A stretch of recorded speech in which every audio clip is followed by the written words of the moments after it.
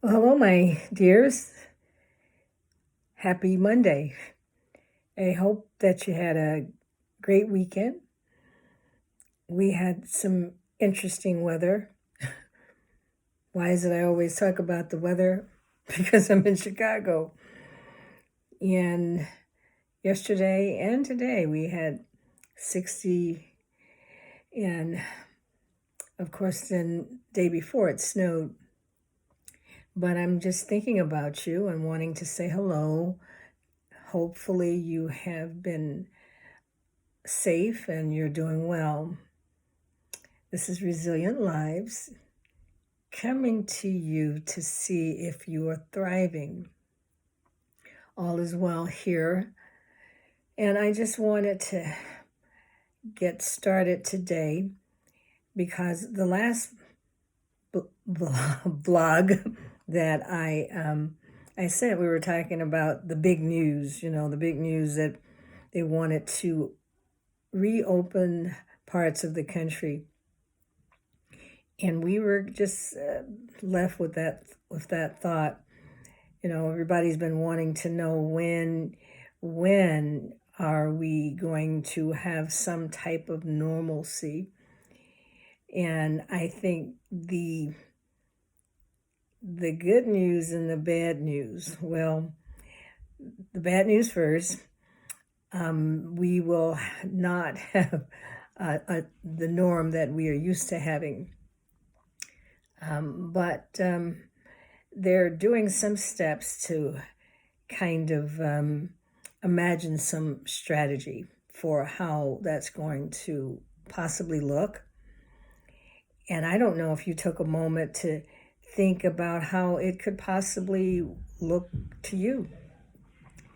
I think we had one of the things I asked the last time was what experience or what thing that you experienced, what would you take with you into this new way of being when we reopen the world? So, because everyone is not excited about going back into the pace that we had. I know I heard from some people and they felt that this had been a wonderful time to the degree that they got a chance to hear themselves and tune in, and they had to sit with whatever was bothering them because they couldn't just go out and do what they do when they get a bit anxious. And so not everybody is raring to jump out into the world because there's so many unknowns. So today just want to explore how we are going to emerge into this new world. Even if are we even ready to emerge? I mean, this has been a process, and so a process takes time. And to think that we're going to just get up and jump right into doing whatever it is we want to do is not easy for some of us. I can give you my own personal example. I actually was supposed to go today for a medical follow-up, and I got the call, and the nurse said, well, we're just calling to confirm your appointment on Monday. And I said, Monday? And they said, well, we have a location close to you. And I said, well, could I cancel? And she said, well, you could cancel and reschedule. And then she told me about all of the procedures that they had in place. So they have a lot of procedures in place for when you get ready to go out into the world. They still seem like they're doing social distancing and all those things. And but I heard her say all of the wonderful plans that they had in place, and I thanked her. I said, thank you very much, but I still want to cancel. And after I hung up, I thought, well, what was up with that? And I just felt like, I'm really not ready. And it made me think about the waiting process that we've been in. We've been waiting and hoping for all of the so many things, waiting for this pandemic to end, waiting for a vaccine, waiting for the curve to flatten, waiting. And this waiting is a metaphor for the butterfly. The butterfly, when it goes through its stages, it goes into a cocoon, and the larva goes into a cocoon and it waits.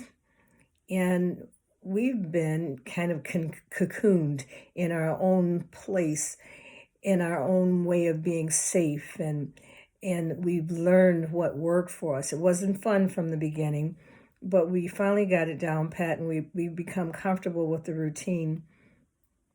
And now it's time to think about emerging.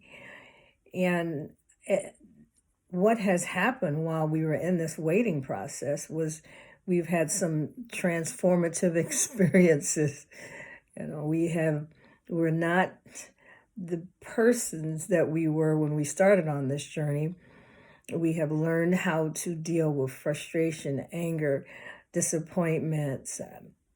We've adapted some new ways. We've learned how to possibly walk with a friend at a socially accepted distance. So we've learned all those things, and so I think these things will forever be in our minds when we get ready to go out. How close can I get, and do I want to shake hands, or don't want to shake hands? We'll have all of these things, but we will be more.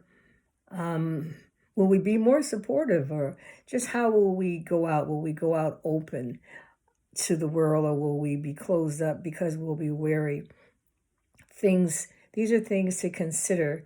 But as we get ready to emerge, I think about the butterfly, because when the butterfly starts to emerge, in some cases, it's still hanging on. It doesn't really want to leave. So part of it, I don't know if it's the pupa or whatever, but it's clinging to the cocoon. It takes some time before it wants to be released.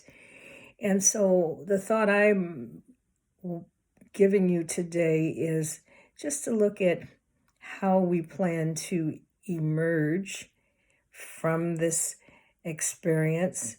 Look at how we've been transformed, how we're not the same that we were.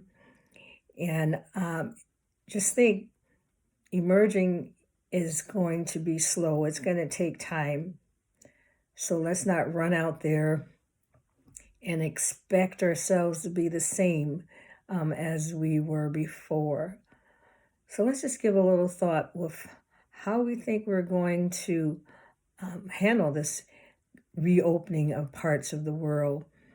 There are those who are out there protesting, saying, hurry up, we need the economy to go up.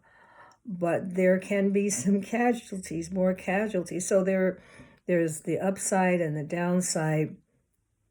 But for us personally, we have been looking out for each other. We've been thriving while we're in this pandemic. We've been touching base, just wanting to make sure that we're going to flourish and get through this cocooning, this waiting process positively. So my wish to you is be well, be safe, and when you think about emerging from this whole process, take your time and feel the love. I love you. Until next time, bye-bye.